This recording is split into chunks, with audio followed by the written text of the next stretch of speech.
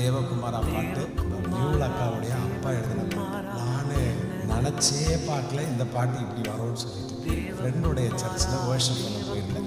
ஒரு பாட்டு சத்தம் கேட்குது அப்படின்னு சொல்லிட்டு போகிறேன். இந்த பாட்டை பாடுறான். இந்த பாட்டு கேட்ட ஒரே அழுகிறேன். நான் கேட்டேன், யார் பாட்டு இது?